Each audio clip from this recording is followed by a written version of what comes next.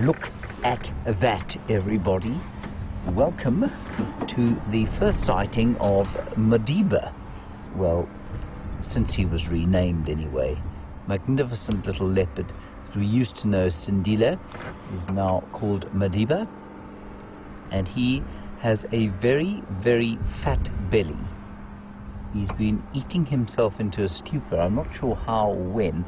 I think Shadow was around here, so maybe she helped him kill something, or maybe he killed it on his own. We did notice him becoming a lot more adept at hunting, and I'm afraid that, just in case you're wondering, that noise behind us is not him growling. It is in fact a large piece of heavy machinery that is just finishing up the Arathusa airstrip, so I'm sorry about that rather industrial sound. I'm so happy to see him again. I haven't seen him for probably about 4 or 5 days.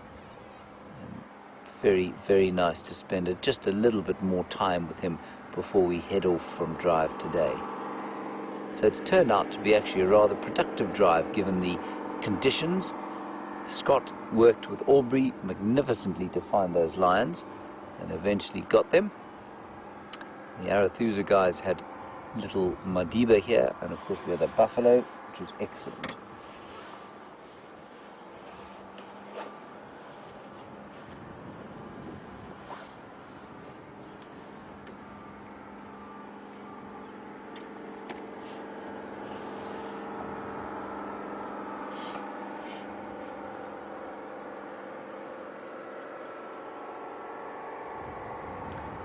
Ooh, a difficult one from Path. You want to know basically, is the population of lions and leopards going up or down, and has it increased over the years in the Kruger National Park? Path, I'd say that the leopard population is probably stable. I don't think it's moved. I think most of the territories are probably full and cubs are healthy, and there's nothing that really seems to affect them in a deleterious manner. There's no hunting of them, of course. There are no diseases that affect leopards particularly, and so I think that they are in a pretty stable state. Nobody seems to poach them too much out here. Yes, there's the odd poaching incident, but they're very good at avoiding poachers. Look at that, wonderful cleaning himself like that. The lions, we think, are okay. There is possibly a decline, and that's probably because of bovine tuberculosis and FIV, feline AIDS, so that will definitely have an effect.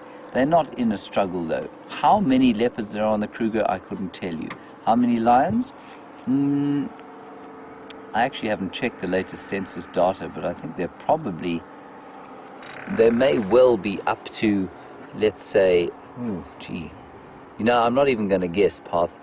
The 20,000 left in the world, I'm going to say probably up to 3,000 in the Kruger, but I might be wrong. I'll try and find out. But the latest Kruger census will probably be on the Sandparks website, so you can go and have a look there. Leopards, of course, are much more difficult to count because, you know, they're much more secretive, and in an area like this, of course, we get to see them very well because it's a private reserve. We can drive off road, we can track them on foot, so we do have a very good handle on what's going on with the leopards here.